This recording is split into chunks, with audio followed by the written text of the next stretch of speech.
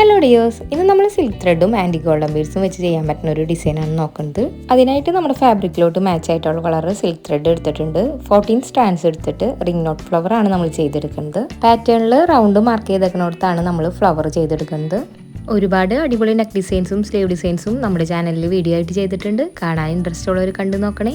ഇതുപോലുള്ള designing videos ഒക്കെ ഇഷ്ടപ്പെട്ട കൂട്ടുകാരാണെങ്കിൽ സപ്പോർട്ട് ചെയ്ത് കൂടണേ. റിംഗ് നോട്ട് കംപ്ലീറ്റ് ആയിട്ട് നമുക്ക് ചെയ്തെടുക്കാം. സിൽക്ക് ത്രെഡിന് പകരമായിട്ട് ആങ്കറിന്റെ ത്രെഡും യൂസ് ചെയ്യാവുന്നതാണ്. ത്രെഡ് വർക്ക് ചെയ്യാനായിട്ട് നീഡിൽ നമ്പർ 5 ആണ് നമ്മൾ യൂസ് ചെയ്യുന്നത്.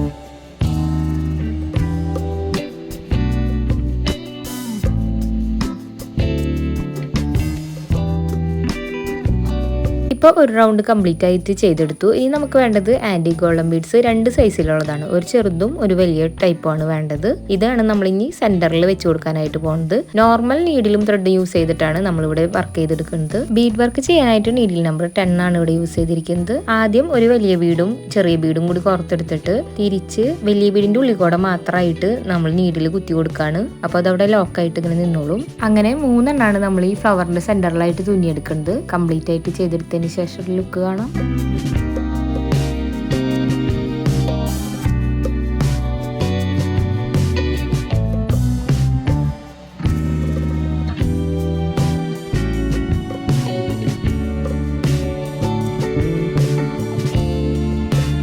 ഫ്ലവർ കംപ്ലീറ്റ് ആയിട്ട് ചെയ്തെടുത്തു കഴിഞ്ഞു. ഇനി നമുക്ക് അതിന്റെ ഇടയിലുള്ള പോർഷനാണ് കംപ്ലീറ്റ് ചെയ്തെടുക്കാനുള്ളത്. ബീഡ്സ് തന്നെ യൂസ് ചെയ്തിട്ടാണ് സ്റ്റെമ്മും ലീഫും ചെയ്തെടുക്കുന്നത്. എങ്ങനെയാന്നുള്ളത് നമുക്കൊന്ന് കണ്ടു നോക്കാം.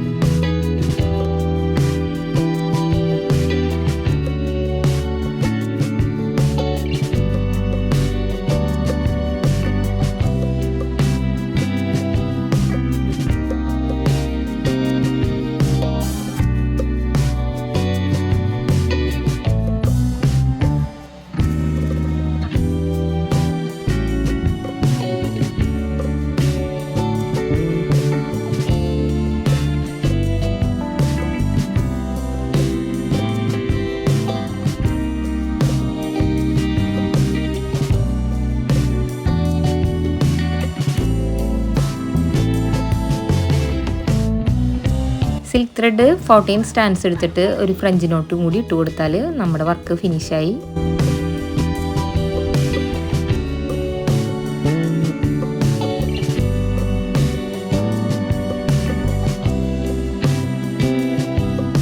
കംപ്ലീറ്റ് ആയതിന് ശേഷമുള്ള ലുക്കാണ് കേട്ടോ. നിങ്ങളുടെ അഭിപ്രായങ്ങളൊക്കെ കമൻറ്റുകളായിട്ട് അറിയിക്കണേ.